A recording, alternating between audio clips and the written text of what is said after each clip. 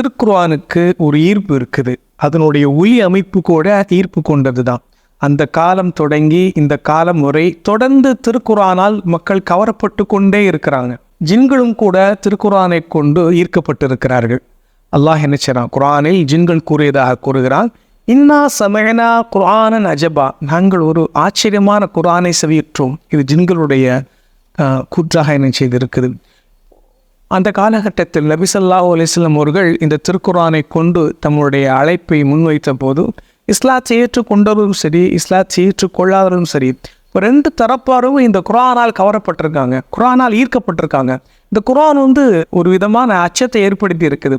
அதனால குறைஷி தலைவர்கள் சொன்னார்களாம், நீங்கள் இந்த குர்ஆன் ஓதுவதை செவியேற்காதீர்கள், இந்த குர்ஆன் ஓதப்பட்டால் நீங்கள் கூச்சலிடுங்கள். இப்போ இவங்க என்ன செய்வாங்க அப்படின்னா, ராத்திரி நபி ஸல்லல்லாஹு அலைஹி வஸல்லம் அவர்கள் காபாவில் தொழும்போது காபாவில் மறைஞ்சிருந்து நபி ஸல்லல்லாஹு அலைஹி வஸல்லம் அவர்கள் குர்ஆன் ஓதுவதை அவங்க செவியேற்பார்களாம்.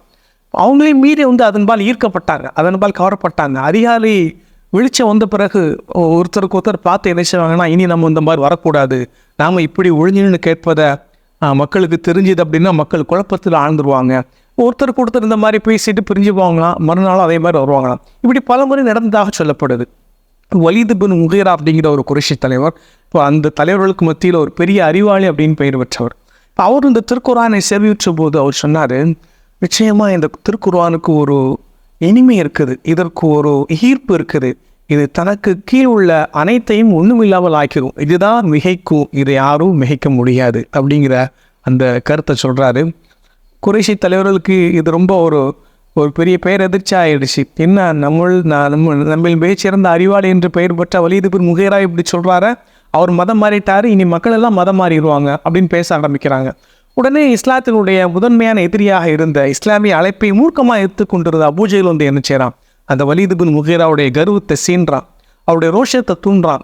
நீங்கள் இப்படி சொன்னீங்க அப்படின்னா மக்கள்லாம் முகமதின் பாலை இணைஞ்சிருவாங்க, போயிடுவாங்க, அவர் கூட இணைஞ்சிருவாங்க, சேர்ந்துருவாங்க, நம்ம கூட யாரும் இருக்க மாட்டாங்க. அதனால் நீங்கள் இது தொடர்பாக ஒரு கருத்து சொல்லி ஆகணும், இதுக்கு மாறாக ஒரு கருத்து சொல்லி ஆகணும்னு நினைச்சிடறான். அப்படி அந்த மாதிரி விருப்பத்தை ஏற்படுத்துகிறான், அந்த மாதிரி அவருடைய கர்வத்தை தூண்டுறான். இறுதியாக அவர் என்ன செய்கிறாரு, இல்லை இது ஒரு சூனியம், இது தாய்க்கும் பிள்ளைகளுக்கும் மத்தியில், தந்தைக்கும் பிள்ளைகளுக்கும் மத்தியில் பிரிவை ஏற்படுத்துது, கணவனுக்கும் மனைவிக்கும் மத்தியில் பிரிவை ஏற்படுத்துது, குடும்பத்துக்கு மத்தியில் பிரிவை ஏற்படுத்துது, ஆகையினால் இது ஒரு சூனியம் அப்படிங்கிற கருத்தை என்ன செய்கிறான்னு சொல்கிறாரு. அவர் திருக்குர்ஆனுடைய அந்த வசீகரத்தால் கவரப்பட்ட போதும் அந்த கர்வம் இஸ்லாத்தை ஏற்றுக்கொள்வதற்கு தடையாக இருந்து தனக்கான அந்த சமூக மதிப்பை விட்டு அவர் என்ன செய்யலை, விட்டு கொடுக்க விரும்பலை. அதனால் அவர் இஸ்லாத்தை என்ன ஏற்றுக்கொள்ளலை. இப்போது அதுபோல் இந்த வெறுமனே திருக்குர்ஆனை கேட்டு இஸ்லாத்தை ஏற்றுக்கொண்டவர்களும் என்ன செய்கிறாங்க, நிறைய பேர் இருக்கிறாங்க. நம்ம பிரபலியமான சம்பவம் தான் உமருடைய சம்பவம். இப்போ அவர் தொடர்பும் உமர் இஸ்லாத்தை ஏற்றுக்கொண்டு தொடர்பாக 2 அறிவிப்பு வருது. ஒரு அறிவிப்பில் அவர் சொல்கிறாரு, ஒரு முறை நான் காபாவுக்கு போனேன், அப்போது நபி ஸல்லல்லாஹு அலைஹி வஸல்லம் அவர்கள் தொழுது கொண்டு இருந்தாங்க. நான் நினைக்கிறேன் காபாவுக்கு பின்னாடி மறைஞ்சிருந்து என்ன செஞ்சேன், அவங்க குர்ஆன் ஓதியதை நான் செவியுற்றேன், பாதியோட உள்ளத்தை உருக்கிடுச்சு, நான் இஸ்லாத்தை ஏற்றுக்கொண்டேன்னு சொல்கிறாரு. இன்னொரு அறிவிப்பில் அவருடைய தங்கையினுடைய கணவரும் இஸ்லாத்தை ஏற்றுக்கொண்டார்கள் அப்படிங்கிற செய்தி கேள்விப்பட்டு வேகமாக அடிக்கிறதுக்கு போகிறார் 2 பேரையும். போன உடனே அங்கே இருந்த அந்த திருக்குர்ஆன் பிரதியில் தாஹா அத்தியாயத்தை படித்த பிறகு உடனே மனம் மாறிடுறாரு, உள்ள உருகிறாரு.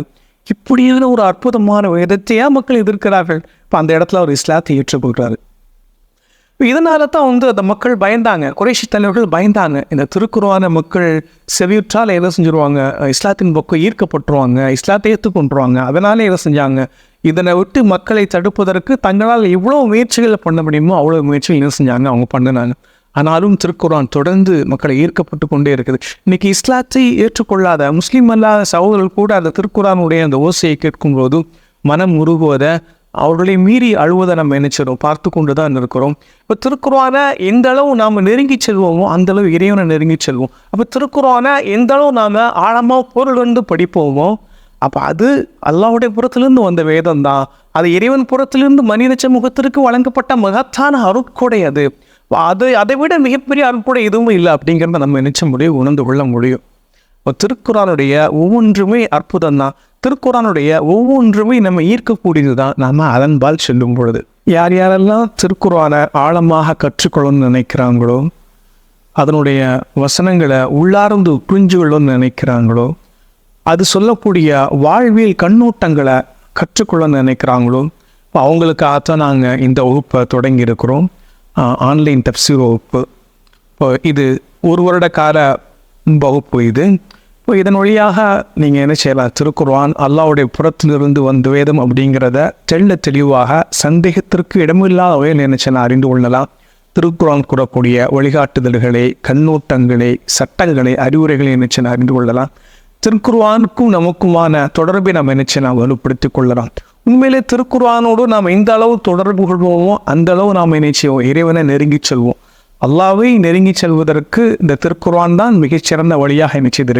இப்போ திருக்குர்ஆன்கிறது அல்லாஹ்வுடைய வார்த்தைகளாக இருக்குது. திருக்குர்ஆன் வழியாக நினைச்சான் அல்லாஹ் நம்முடன் உரையாடுகிறான். நமக்கான வழிகாட்டுதல்களை, சட்டங்களை, அறிவுரைகளை, கண்ணோட்டங்களை வழங்கி கொண்டே இருக்கிறான். இப்போ நாம் அதை பொருள் புரியாமல் படித்து கொண்டே இருப்பதனால நமக்கு பெரிய அளவு பயனில்லை. வெறுமனே சில நன்மைகள் நினைச்செல்லாம் கிடைக்கலாம்.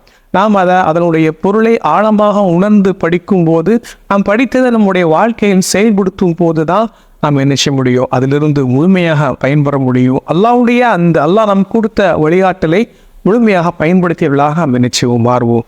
இப்போ யாரெல்லாம் இந்த வகுப்பில் இணைந்து கொள்ள விரும்புகிறீங்களோ அவங்க இதில் கொடுக்கப்பட்ட நம்பரை நிச்சயங்க வாட்ஸ்அப் வழியாக தொடர்பு கொள்ளுங்க. நிச்சயமாக இந்த வகுப்பு உங்களுக்கு மிகப்பெரிய அளவில் பயனுள்ளதாக இருக்கும் நிச்சயம் நம்புகிறோம். இப்போ இது பெண்களுக்கான வகுப்பு. ஆண்களுக்கான வகுப்பை நாம் நிச்சயம் பின்னால் அறிவிப்போம்.